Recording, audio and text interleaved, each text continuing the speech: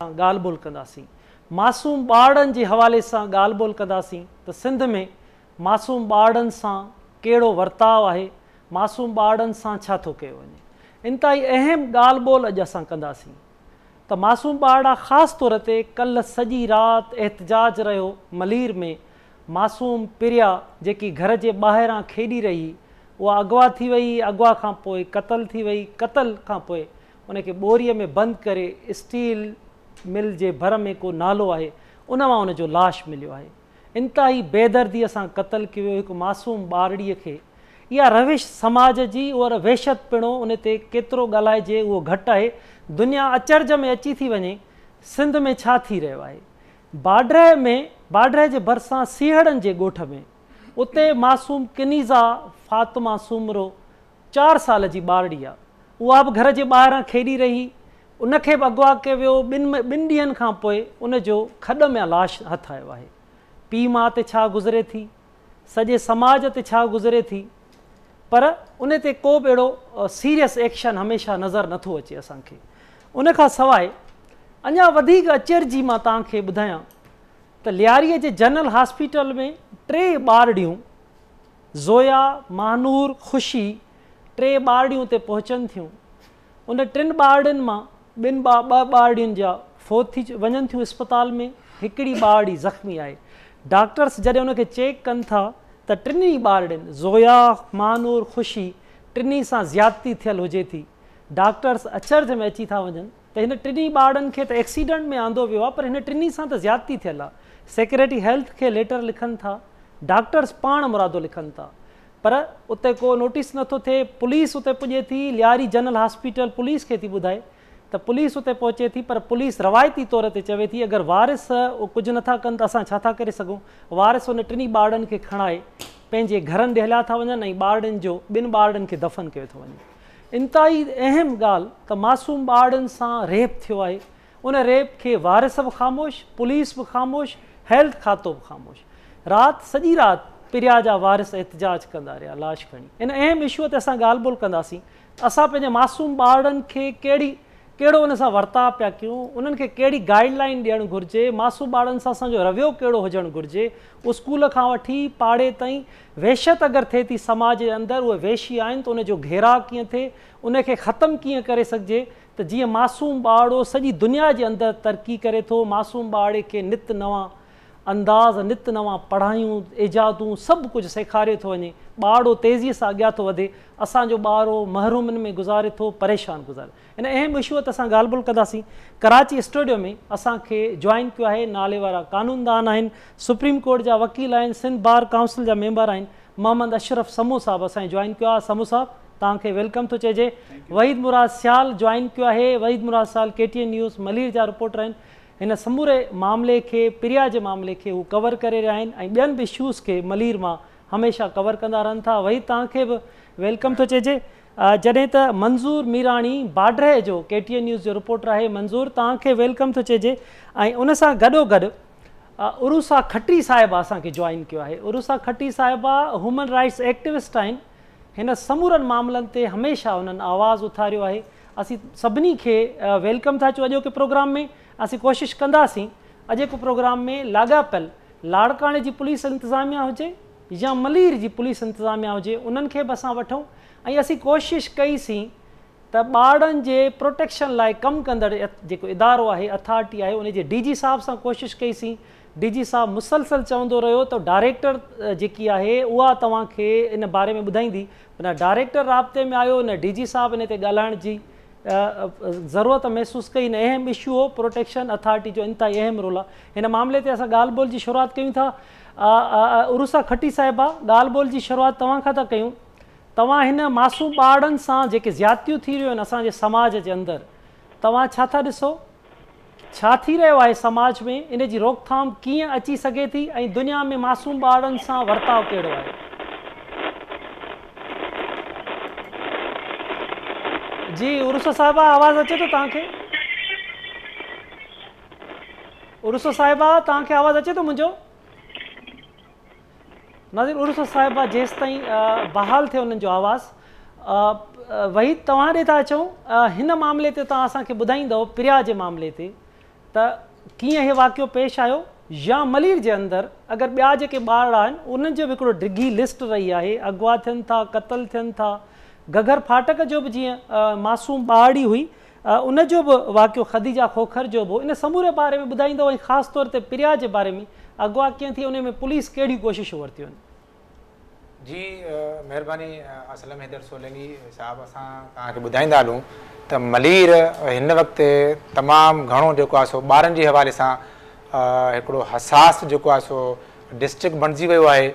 कुझु साल अॻु में ख़दीजा जो वाक़ियो थियो, उन में 2 गिरफ़्तारियूं थियूं। हिन वक़्तु ताईं जांच पुलिस जी एॾी वॾी लापरवाही आहे, DNA ज़ाहिर हुजण जे बावजूदि 3 जवाबदार गिरफ़्तार न थियो। उहा निंगरी हुई घगर फाटक रेलवे स्टेशन में जे ॿाहिरि जेके क्वार्टर आहिनि उते अगवा थी, उन सां तशदुद करे उनखे रसनि सां ॿधी पाणीअ जे टैंक में उनजो लाश उनजो फिटो कयो वियो। पुलिस माण्हू गिरफ़्तार कया ऐं घणनि माण्हू DNA थियूं। बहरहाल उन मां पुलिस जेको रिवायती जेको आहे सो कमकार में 2 माण्हुनि खे चालान कयो, उहे अॼु बि जेको आहे सो बंदि आहिनि ऐं हिकिड़ो जवाबदार अञा ताईं उहो आज़ादु आहे।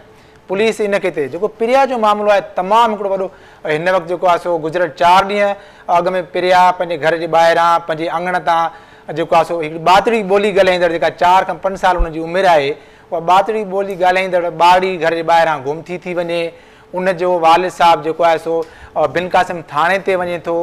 उते तव्हांखे हैरत थींदी त बिन क़ासिम थाणे ते पहुचण खां पुलिस वारनि खे मिंथूं थो करे त मुंहिंजी गुलण जहिड़ी मासूम जेका आहे प्रिया आहे उहा गुम थी वई आहे। उनजी जेको आहे सो बाज़ियाबी जे लाइ या उनखे ॻोल्हण लाइ पुलिस पंहिंजो किरदारु अदा करे। त उन रोई करे जेको कल्ह वरी उहो इनकशाफ़ कयो आहे SSP जे अॻियां त मूं जॾहिं मानी खाराई आहे उन थाणे जे माण्हुनि खे, उनखां पोइ मुंहिंजी हिकिड़ी सखणी जेको आहे सो NC दाख़िल कई आहे। 3 ॾींहं उनजा वारिस ॻोल्हींदा रहिया, न उन्हनि का कुंड छॾी, पर काल्ह जेको आहे शाम जो उनजो लाश मिलियो ऐं वॾी बेदर्दी सां उन मासूम जेका प्रिया आहे, ॻोल्हण जहिड़ी ॿातड़ी ॿोली ॻाल्हाईंदड़ जेका प्रिया हुई, उनजो लाश मिलियो। उनजा बि हथ पेर ॿधल हुआ, वात में कपिड़ो ही तमामु वॾो भयानक जेको आहे सो मंज़र आहे, ॿुधाइण खां बि वॾो ख़ौफ़नाक जेको वालिदेन जे लाइ तमामु हिकिड़ो ख़ौफ़नाक आहे। त उहा मासूम जॾहिं मिली त हज़ारे इलाइक़े वासियुनि पंहिंजो पाण मुरादो, हुन में सियासी समाजी वर्कर बि हुआ, इलाइक़े जा माण्हू हुआ, वारिस हुआ, उनजो वालिद हो, उन्हनि एहतिजाज कयो। राति जे 2 वॻे ताईं एहतिजाज हलियो आहे, तॾहिं वञी पुलिस जागी आहे, पुलिस जूं अखियूं खुलियूं आहिनि। उन खां पोइ SSP मलीर हसन सरदार अहमद ख़ान उते पहुतो आहे, उन्हनि खे एतमाद ॾिनो आहे, पोइ कार्रवायूं थियूं आहिनि ऐं 24 कलाकनि खां पोइ उन्हनि जेको अल्टीमेटम ॾिनो, पर पुलिस जॾहिं पंहिंजी हिते आई, हुननि जेको आहे 4-5 कलाक जे अंदरि ई जेको आहे सो जवाबदार खे ज़ाहिर कयो। तव्हांखे हैरत थींदी, हिन वक़्तु 3 महीना अॻु में मुस्लिमाबाद जो इलाइक़ो आहे, शेरपाऊ ऐं क़ाइदाबाद जो इलाइक़ो आहे, उते मुनीबा जो वाक़ियो थियो। उहो बि ईअं ई क़ाइदाबाद थाणे जो SHO उहो मुअतल थियो बाद में, उहो बि KT न्यूज़ ते ब्रेकिंग हलियूं, KT न्यूज़ उनजी निशानदेही कई। 3 ॾींहं जॾहिं बि उनजो वालिद वञे पियो, रोए पियो, 3 ॾींहं उनजी FIR न दर्ज थी, उनजी NC कची NC उनजो हक़ उहा बि दाख़िल न थी। उन सां बि ज़्यादती बाद उनजो क़तल थियो, लाश जेको आहे सो आबादी में मिलियो। पुलिस जागी, पुलिस जूं अखियूं खुलियूं। 3 महीननि खां पोइ जेको आहे सो उनजा कातिल गिरफ़्तार थिया, जॾहिं हज़ारे माण्हुनि रोड बंदि कया, एहतिजाज कया, पुलिस जागी। बहरहाल उहो KPK भॼी वियो। 3 महीननि खां पोइ जेको आहे सो उहो कातिल गिरफ़्तार थियो। तव्हांखे हैरत थींदी त 1 महीनो अॻु में हिकिड़ी बिनेन बलोच छोकिरी आहे, हितां अनवर बलोच हिकिड़ो होटल आहे, उन पोएं पासे खां मंगसिन जो ॻोठु आहे, समा ॻोठु, ओल्ड थाणे, मेमण ॻोठु थाणे जो इलाइक़ो आहे। बिनेन बलोच 4 सालनि जी ॿारड़ी आहे, उनजो वालिद साहब रड़ियूं कंदो रहियो, इलाइक़े जा माण्हू एहतिजाज कंदा रहिया। उन छोकिरी जो बि 4 जेको आहे सो ॾींहंनि खां पोइ मली नदी मां गटर मां लाश हथायो। अहिड़ी तरीक़े सां हिन वक़्तु हिना भट्टी जेका आहे हुनजो हिना भट्टी शाह लतीफ़ थाणे मां उहा गुमाए, उनजो केस दाख़िल थियल आहे। मासूम सुमेर मल्हा आहे, सुमेर मल्हा जी त अमर इहो इनकशाफ़ कयो आहे, KT न्यूज़ सां ॻाल्हाईंदे चयो आहे त पुलिस वारा चवनि था त मूंखे जेको आहे सो पैसा ॾियो त असां जांच कयूं। 1.5 महीने जे दौरान मेमण ॻोठ जी पुलिस उन घर ते जेकॾहिं वई आहे त उहा बि उन जी माउ खां पैसा वठणु वई आहे। उन इनकशाफ़ कयो आहे KT न्यूज़ ते, फुटेजिस मौजूदु आहिनि, ॻाल्हि ॿोल मौजूदु आहे।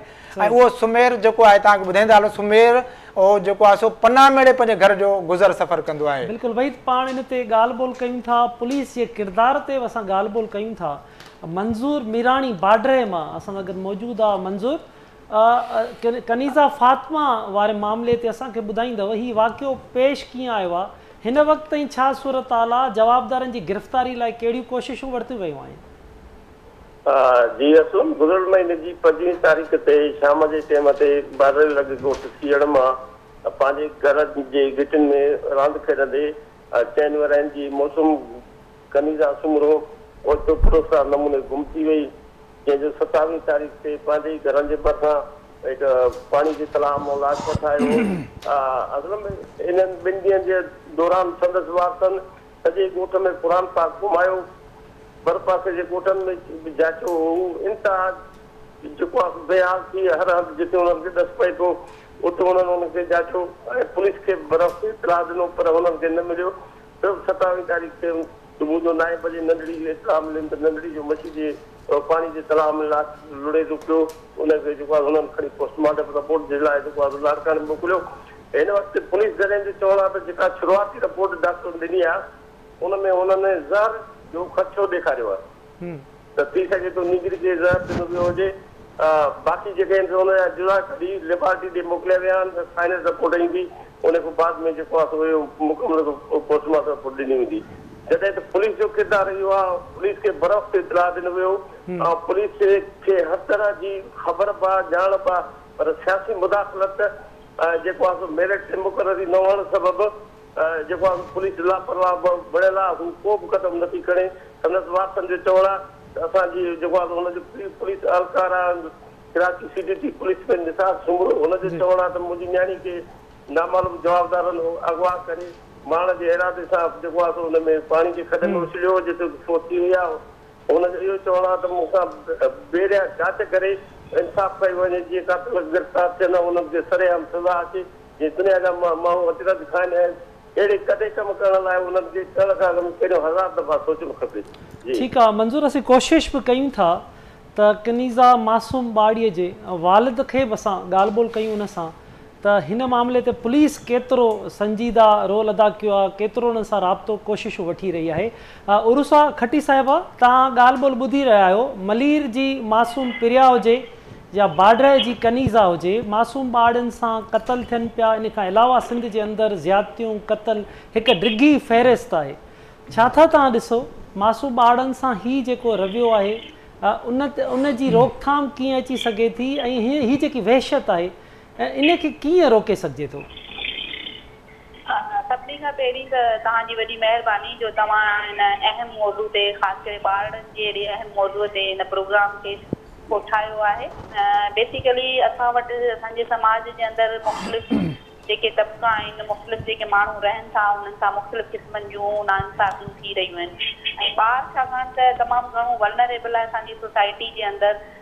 ॿार पंहिंजो तहफ़ुज़ जेको आहे सो उहो कोन थो करणु ॼाणे, ऐं ख़ासि करे हुनजा जेके पेरेंट्स आहिनि, वालिदेन आहिनि, उहे बि इन ॻाल्हि खे रियलाइज़ नथा कनि त असांजो ॿारु जेको गली घर खां ॿाहिरि निकिरे थो, घिटी में आहे, किथे खेॾे पियो, या स्कूल में आहे या मदरसे में आहे, त उनजो तहफ़ुज़ कीअं कजे। सो बुनियादी तौर ते माण्हुनि में जेको आहे सो इहा अवेयरनेस जेका आहे उहा तमामु घटि आहे त पंहिंजे ॿारनि जो तहफ़ुज़ कीअं कजे। ख़ुदि ॿारनि खे बि इहा ॼाण कोन था ॾियूं असां पंहिंजनि स्कूलनि जे ज़रिए, पंहिंजे इदारनि जे ज़रिए, त ॿार पंहिंजो पाण जो तहफ़ुज़ कीअं करे सघनि था। हुननि सां को बदसलूकी करे थो या हुननि सां का ज़्यादती थिए थी, नाइंसाफ़ी थिए थी, त हू हुन ॻाल्हि खे जेको आहे सो पंहिंजे वालिदेन सां या पंहिंजे दोस्तनि जे सर्कल जे अंदरि इहा ॻाल्हि शेयर करे। तो इहे सभु शयूं जेके हिकिड़ा वॾा गेप्स आहिनि जेके आगाही लेवल ते जेको आहे सो हुन ॿारनि में मौजूदु आहिनि, न उन्हनि खे ॾिना वञनि था, न वरी वालिदेन खे इहा मालूमात ॾिनी वञे थी त ॿारनि जा कहिड़ा इंसानी बुनियादी हक़ आहिनि जेके असांखे उन्हनि खे ॾियणा आहिनि, ऐं कहिड़ियुनि शयुनि सां असांखे समाज जे अंदरि जेके बुरायूं मौजूदु आहिनि उन्हनि खां पंहिंजे ॿारनि खे तहफ़ुज़ ॾियणो आहे। हिकिड़ी शइ आहे। ॿी शइ इहा त जेके कानून मौजूदु आहिनि उन्हनि कानूननि जी मालूमात बि माण्हुनि में कोन्हे का। मिसाल तौरु जेको माण्हू अहिड़े क़िस्म जी रविश रखे थो, ॿारनि सां नाइंसाफ़ी करे थो, बदसलूकी करे थो, या उन्हनि जो रेप करे थो, या उन्हनि जो मर्डर करे थो, त माण्हुनि में ख़ुदि बि इहा अवेयरनेस कोन्हे को त असांजे सिंध सूबे जे अंदरि कहिड़ा कहिड़ा कानून मौजूदु आहिनि, जंहिंमें कहिड़ियूं कहिड़ियूं सज़ाऊं मौजूदु आहिनि जेके उन्हनि खे मिली सघनि थियूं। ठीकु आहे, इहा ख़ुदि माण्हुनि में ॼाण कोन्हे का। ऐं अक्सर करे ॿारनि जी जेका एक्सप्लॉइटेशन आहे उहे माण्हू कनि था जेके उन ॿारनि जे वेझो रहनि था।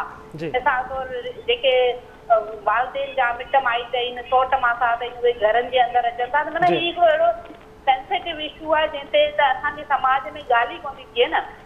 अहिड़ियूं छोकिरियूं अहिड़ा घर बि तव्हां ॾिसंदो जंहिंमें ख़ुदि जेके पेरेंट्स आहिनि उन्हनि जा जेके वेझा रिश्तेदार आहिनि उहे एक्सप्लॉइट कंदड़ हूंदा आहिनि, या स्कूल जे अंदरि वेठल जेके टीचर्स आहिनि उहे एक्सप्लॉइटेशन कनि था, या मदरसे में वेठल जेके उस्ताद आहिनि उहे बि ॿारनि जी एक्सप्लॉइटेशन कनि था।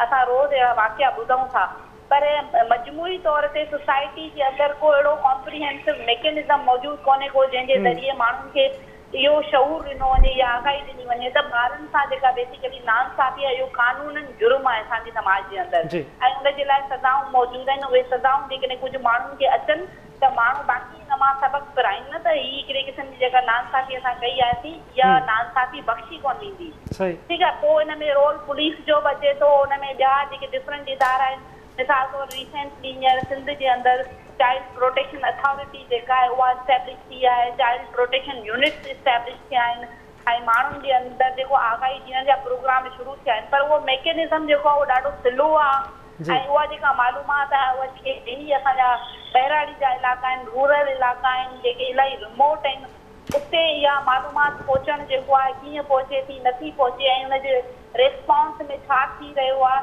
उहे हिकिड़ा वॾा क्वेश्चन आहिनि असां सभिनी जे लाइ। ऐं ॿियो इहो त हिकिड़ी ॿी शइ ज़रूरु चवणु चाहींदसि त हर इदारे जी पंहिंजी हिकिड़ी रेस्पॉन्सिबिलिटी आहे, हुन में पुलिस अचे थो, जुडिशरी सिस्टम अचे थी, वकील अचनि था, प्रोसिक्यूशन अचे थी, NGOs अचनि थियूं, ठीकु आहे, हर कंहिं माण्हू जी ऐं गॾोगॾु इवन वालदेन जेके आहिनि, उस्ताद जेके आहिनि, उन्हनि जी बि ज़िमेदारी आहे। बिल्कुलु असां ईअं कोन था चई सघूं त स्टेट जो हिकिड़ो इदारो जेको आहे सो हिन नाइंसाफ़ी खे ॿारनि सां थींदड़ उरुसा साहिब तव्हां असां सां गॾु मौजूदु रहिजो, पाण इन रिस्पॉन्सिबिलिटीज़ ते ॻाल्हि ॿोल तफ़सीली कयूं था। मासूम कनीज़ा जे वालिद असांखे जॉइन कयो आहे निसार सुमरो साहिबु। अस्सलाम वालेकुम निसार साहिबु। निसार साहिबु तव्हांजे ॾुख में असां सभु बराबरि जा शरीक आहियूं, मासूम कनीज़ा असां सभिनी जी न्याणी, तव्हां पुलिस जे हवाले सां ॿुधाईंदव हिकु त हीउ वाक़ियो पेश कीअं आयो, हाणे छा सूरत हाल आहे, पुलिस केतिरो तावन करे रही आहे, केतिरो इन में कोशिशूं वरितियूं वयूं आहिनि? सर मां पाण बेसिकल मुंहिंजो जेको पंहिंजो वास्तो आहे उहो बि काउंटर टेररिज्म डिपार्टमेंट यानी CTD सां मुंहिंजो तालुक़ु मुंहिंजो वास्तो आहे, ऐं मां उन तालुक़ु पंहिंजे डिपार्टमेंट